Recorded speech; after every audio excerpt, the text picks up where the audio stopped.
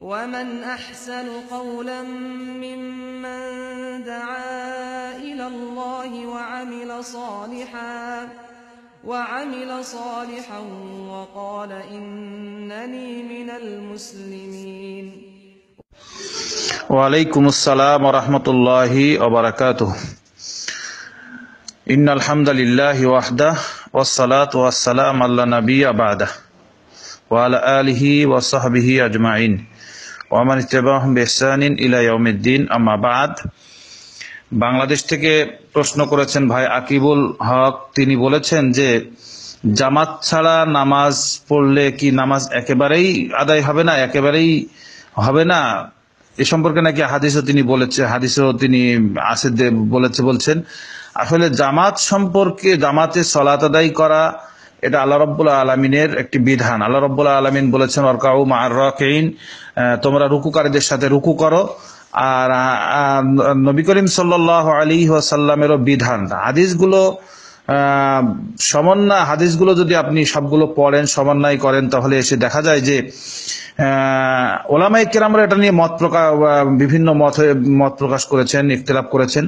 তো একটি হাদিস এসেছে যে নবী করিম সাল্লাল্লাহু আলাইহি ওয়াসাল্লামের সাহাবী ইবনে উমর রাদিয়াল্লাহু আনহুমা আন্না রাসূলুল্লাহ সাল্লাল্লাহু আলাইহি ওয়াসাল্লাম ক্বালা সালাতুল জামাআতি আফদালু মিন সালাতিল ফাদ্দি বি27 দারাজা, মুত্তাফাকুন আলাইহি। ইবনে উমর রাদিয়াল্লাহু তাআলা আনহু থেকে বর্ণিত, আল্লাহর রাসূল সাল্লাল্লাহু আলাইহি ওয়াসাল্লাম বলেন যে একাকীর নামাজ অপেক্ষা জামাতের নামাজ 27 গুণ উত্তম। এই হাদিসের পরিপ্রেক্ষিতে একদল ওলামায়ে কেরামরা বলেছেন যে জামাতে সালাত আদায় করা সুন্নাত। কেউ যদি একাকী আদায় করে 1 গুণ সওয়াব পাবে, কেউ যদি আরো বেশি জামাতে আদায় করে তাহলে 27 গুণ সওয়াব পাবে। এদিক থেকে এক ধরনের ওলামায়ে কেরামরা বলেছেন যে জামাতে সালাত আদায় করা হচ্ছে সুন্নাত, এই সুন্নাত।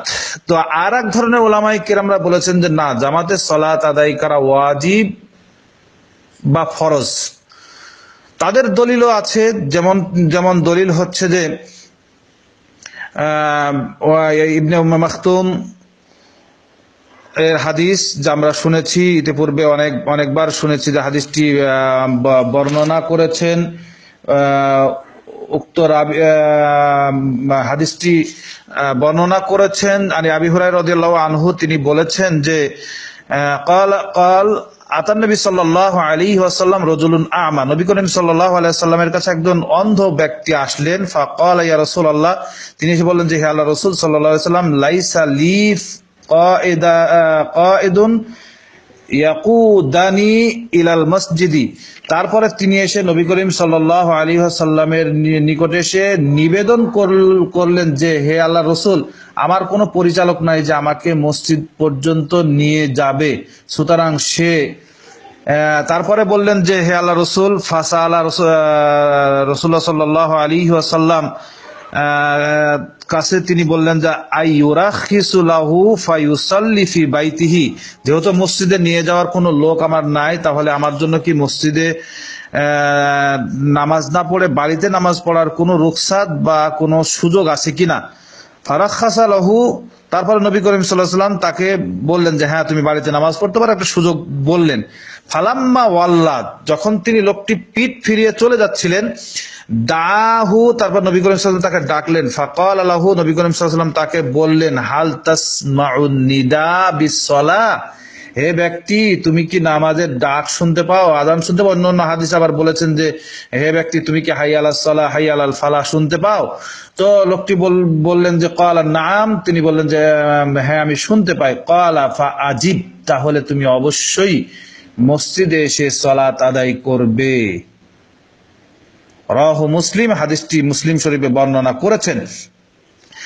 তো মুসলিম আবু দাউদ তিরমিজির হাদিস এসেছে যে নবী করিম সাল্লাল্লাহু আলাইহি ওয়াসাল্লাম তাকে বলেছেন যে তাহলে তুমি মসজিদে এসে নামাজ আদায় করো। তো একজন অন্ধ ব্যক্তিকে ছাড় দেওয়া হয় নাই, মসজিদে এসে তাকে সালাত আদায় করতে বলেছেন। আর এক ধরনের উলামায়ে কেরামরা মত প্রকাশ করেছেন যে জামাতে সালাত আদায় করা হচ্ছে ফরজ এবং রোকন।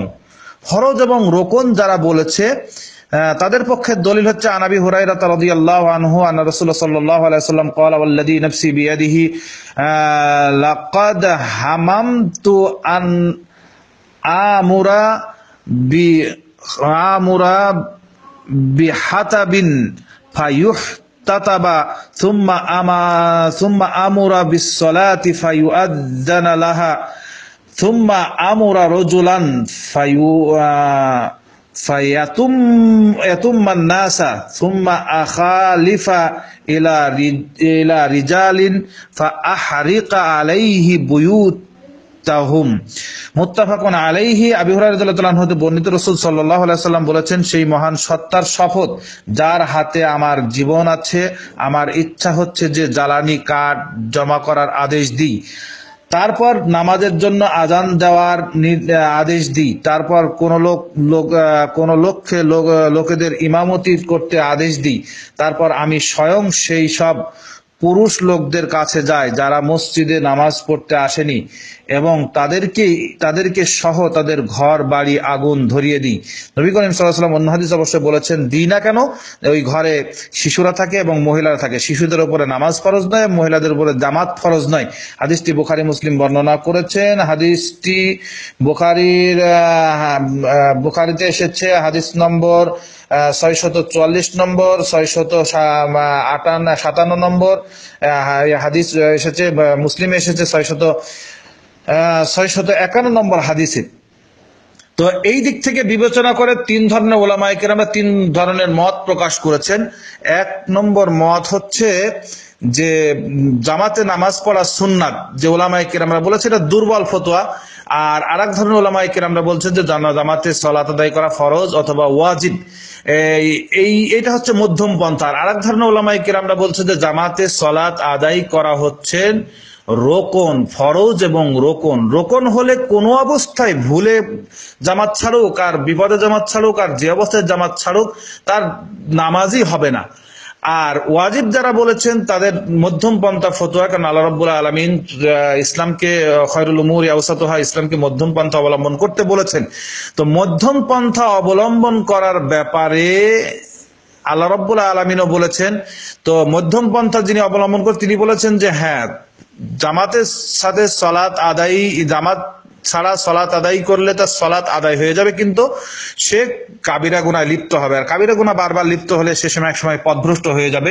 কেননা আব্দুল্লাহ ইবনে মাসউদ রাদিয়াল্লাহু তাআলা আনহুর হাদিস এসেছে, হাদিসটি মুসলিম শরীফে বর্ণনা করেছেন। তিনি বলেছেন যে যারা জামাত ছাড়ে তারা পথভ্রষ্ট হয়ে যাবে। এই সম্পর্কে ইবনে কাইয়িম রাহিমাহুল্লাহ তাআলা তিনি একটা মত প্রকাশ করেছেন, ওমান তাআম্মালা সুন্নাতা হাক্কা তাআম্মাল, যে ব্যক্তি হাদিস সমূহ গভীরভাবে চিন্তা ভাবনা করে দেখবে, তাবায়্যানা লাহু, তার কাছে স্পষ্ট হয়ে উঠবে যে আন্না ফি'লাহা ফিল মাসাজিদি ফারদুন আলাল আইয়ান। তো মসজিদে এসে জামাতের সহিত সালাত আদায় করা প্রত্যেকটি মুসলমানের উপরে কি ফরজে আইন, অর্থাৎ প্রত্যেকের জন্যই ফরজ হচ্ছে যে মসজিদের সাথে এসে জামাত আদায় করবে। ফরজে কেফায়া নয়, যে ফরজে কেফায়া মানে যে বাড়িতে 2-10 জন মানুষ আছে একজন আদায় করলে হয়ে যাবে, যেটা থালা পাঠানো বলে থেকে আমরা, বাড়ি থেকে কেউ আদায় করলে হয়ে যাবে, এমনটি নয়। যে ফরজে আইন সবার জন্যই জামাতে সালাত আদায় করা ফরজে আইন, ফরজ। কেউ যদি এটা ছেড়ে দেয় তাহলে সে কাবিরা গুনাহ করবে। ইল্লা লিআরিদিন, তাহলে কার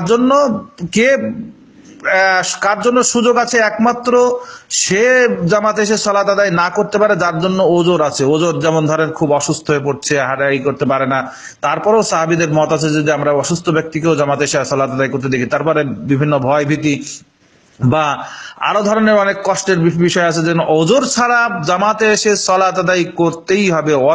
অবিহা তাজতামিউ উল হাদিস ওয়াল আসার, হাদিস এবং আসার সমূহ বিচার বিশ্লেষণ করলে এটাই মত প্রকাশ করে যে এই মত যদি কেউ প্রকাশ করে তাহলে তার কোন রকম কোনো সমস্যা থাকবে না। কেননা আব্দুল্লাহ ইবনে মাসউদ রাদিয়াল্লাহু তাআলা আনহুর একটা হাদিস এসেছে। আব্দুল্লাহ ইবনে মাসউদ রাদিয়াল্লাহু তাআলা আনহু বলেন যে মান সাররা আল্লাহু তাআলা গাদাম মুসলিমান, যে ব্যক্তি চায় যে যাকে এই কথা আনন্দ দেয় যে সে কাল কিয়ামতের দিন আল্লাহর সঙ্গে মুসলিম হয়ে সাক্ষাৎ করবে, তার উচিত যে কি উচিত? ফালইউহাফিযু আলা হাউলাইস সালাওয়াতি, সে যেন কি করে 5 ওয়াক্ত সালাতের হেফাজত করে। কিভাবে হেফাজত করবে? আল্লাহ নবী সাল্লাল্লাহু আলাইহি ওয়াসাল্লাম বলছেন, আব্দুল্লাহ ইবনে মাসউদ রাদিয়াল্লাহু তাআলা আনহু বলছেন, হাইসু ইউনাদি বিহিন্না, যেখান থেকে আযান দেওয়া হয়েছে সেই মসজিদে সে যেন সালাত আদায় করে নামাজ সমূহের হেফাজত করে। ফা ইন্নাল্লাহা শারা'a লিনাবিয়িকুম সুনানাল হুদা। তারপরে ইবনে মাসউদ রাদিয়াল্লাহু তাআলা আনহু বলছেন যে, কেননা মহান আল্লাহ তোমাদের নবী সাল্লাল্লাহু আলাইহি সাল্লামের উপরে নিমিত্তে হেদায়েতের পন্থা নির্ধারণ করেছেন। আর সেই হেদায়েতের পন্থাটা কি? ওয়া ইন্নাহুন্না মিন সুনানিল হুদা, আর সেই হেদায়েতের পন্থাটা কি তাও বলছেন। আর নিশ্চয় এই নামাজ সময়ের হেদায়েতের অন্যতম পন্থা ও উপায়। আর এই নামাজ সমূহ জামাতে আদায় করাই হচ্ছে হেদায়েতের অন্যতম একটি পন্থা। ওয়ালাউ আন্নাকুম সাল্লাইতুম ফি বুয়ুতিকুম, আর যদি তোমরা কি করো, বাড়িতে সালাত আদায় করো। কামা ইউসাল্লি হাদাল মুতাখাল্লিফি ফি বাইতিহি, আবার একটা হাদিসে এসেছে কামা ইউসাল্লি হাদাল মুতাখাল্লিফিল মুনাফিক ফি বাইতিহি। তাহলে কি হবে? ইবনে মাসউদ রাদিয়াল্লাহু তাআলা আনহু বলছেন যে, যদি তোমরা নামাজ নিজেদের ঘরেই পড়ো, যেমন এই পিছিয়ে থাকা লোক নিজের ঘরে নামাজ পড়ে, তাহলে তোমরা কি হবে? আল্লাহ ইবনে মাসউদ বলছেন, ওয়ালাউ তারাকতুম সুন্নাতা নাবিয়িকুম, তাহলে তোমরা তোমার নবীদের সুন্নাতকে ছেড়ে দেবে। আর নবীদের সুন্নাতকে যদি ছেড়ে দাও তাহলে কি হবে? লা দালালতুম, তোমরা পথভ্রষ্ট হয়ে যাবে। ওয়ালাকাদ রাআইতুনা ওয়া মা ইয়াতাখাল্লাফু আনহা ইল্লা মুনাফিক, আর আমরা দেখেছি যে কি, যে একমাত্র পিছিয়ে থাকা লোকরাই মুনাফিকরা শুধুমাত্র জামাত থেকে পিছিয়ে থাকতো, যাদের ব্যাপারে আব্দুল্লাহ ইবনে মাসউদ বলছেন যে মালুমুন নিফাক, যাদের মুনাফিক স্পষ্ট, শুধুমাত্র যাদের মধ্যে মুনাফিকি স্পষ্ট তারা ছাড়া কেউ জামাত থেকে পিছিয়ে থাকতো না। আমি আমাদের লোকদের এই পরিস্থিতি দেখেছি যে নামাজ জামাত সহ পড়া থেকে কেবল সেই মুনাফিক পিছিয়ে থাকে যে প্রকাশ্য মুনাফিক, একমাত্র ইবনে মাসউদ বলছেন তারা ছাড়া কেউ পিছিয়ে থাকতো না। ওয়ালাকাদ কানার রাজুলু ইউতা বিহি, আমরা আমাদের সময় দেখেছি, কি দেখেছি? যে পীড়িত ব্যক্তিকে দুজনের উপর ভর দিয়ে নিয়ে এসে নামাজের সারিতে দাঁড় করে দেওয়া হতো।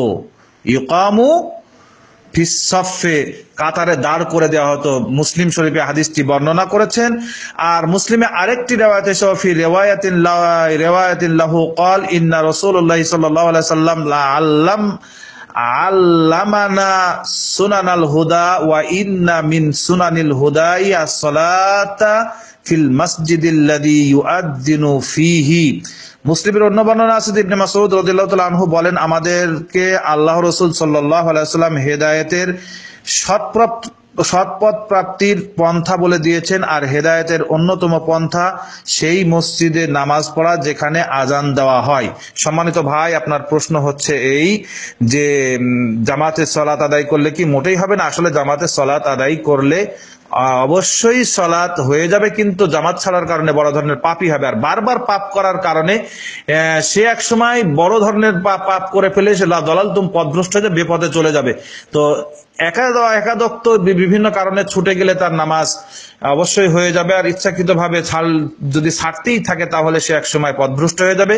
নবী করিম সাল্লাল্লাহু আলাইহি ওয়াসাল্লামের সাহাবীর এই মন্তব্য, এটা হাদিসটি মুসলিম শরীফে আছে, মুসলিমে হাদিস নম্বর 654 নম্বর হাদিস। আশা করি আপনি এই আলোচনা বুঝতে পেরেছেন, আপনার উত্তরও পেয়েছেন। আল্লাহু আলাম।